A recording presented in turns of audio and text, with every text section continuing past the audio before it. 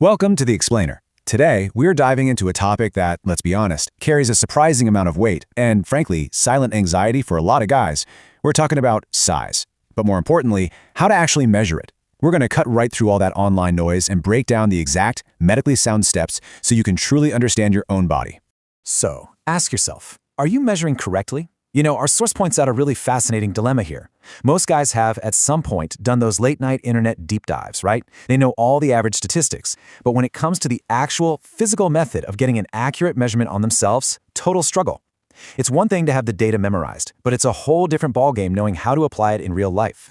To clear all this up, today's explainer is broken into 4 quick parts. 1. The confusion around size. 2. Understanding the average measurements. 3. Erection quality and supplements. And 4. The step-by-step measurement guide.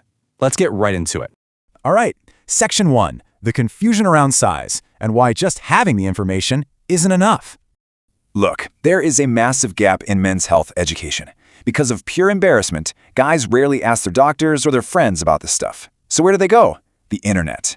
But the internet is totally skewed. It absolutely floods you with data on what the ideal size is supposed to be, but it offers almost zero clear instructions on how to physically measure yourself to see where you actually stand. And this creates a really frustrating disconnect. It's the difference between knowing the average size and knowing your personal size. It's literally like having a target to aim at, but absolutely no idea how to keep your own score. Moving on to Section 2, Understanding Average Measurements. Let's look at what the data actually says. According to the population averages detailed in our source, the normal baseline size for an Indian male ranges from 5 to 6.5 inches. So that's the statistical baseline we are working from today, before we get into the actual mechanics of measuring. But hey, averages don't tell the whole medical story, right? While 5 to 6.5 inches is standard, medical professionals also consider 2 inches to be perfectly normal. Now, anything falling below that threshold is medically categorized as microsize. But our source offers some really important reassurance here.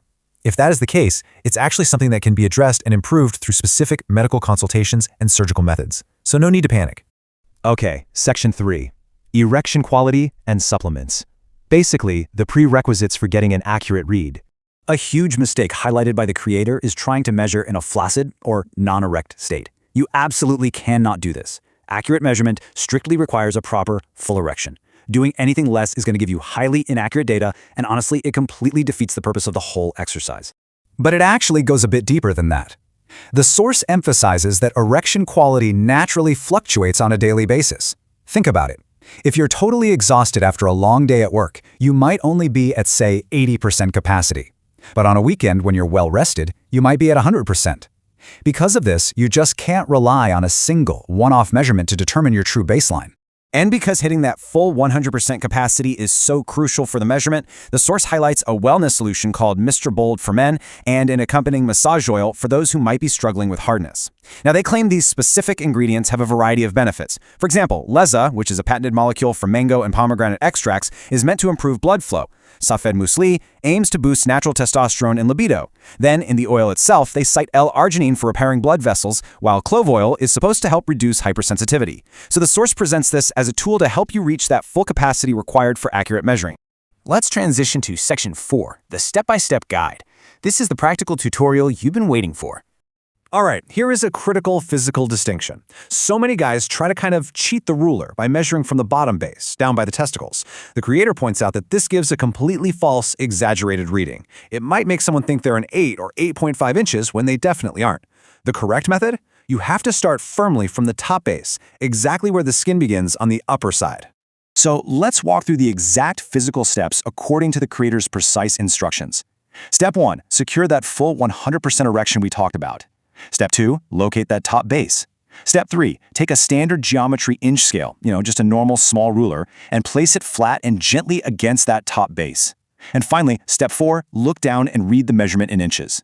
Honestly, it's a beautifully straightforward mechanical process once you actually have the right starting point. But hey, remember those daily fluctuations we just discussed? Because of those natural changes in your energy levels, just doing this once isn't going to cut it.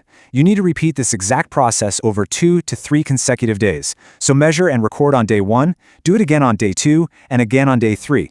Only by looking at this multi-day data can you actually find your true, reliable, and consistent average. And this brilliantly illustrates the core philosophy of our source today. As the creator directly states, One day of measuring cannot determine your ideal size. You must measure for at least 2 or 3 days consecutively. Consistency is literally the only way to account for natural bodily fluctuations and arrive at a number you can actually trust. Well, we've covered the confusion, the averages, the physical pret, and the exact step-by-step method. The ultimate takeaway here isn't just about a number on a ruler. It's about replacing that silent anxiety with actual structured data. So now that you have the exact methodology, are you ready to stop guessing and start knowing? Keep learning, keep seeking clarity, and we'll see you in the next explainer.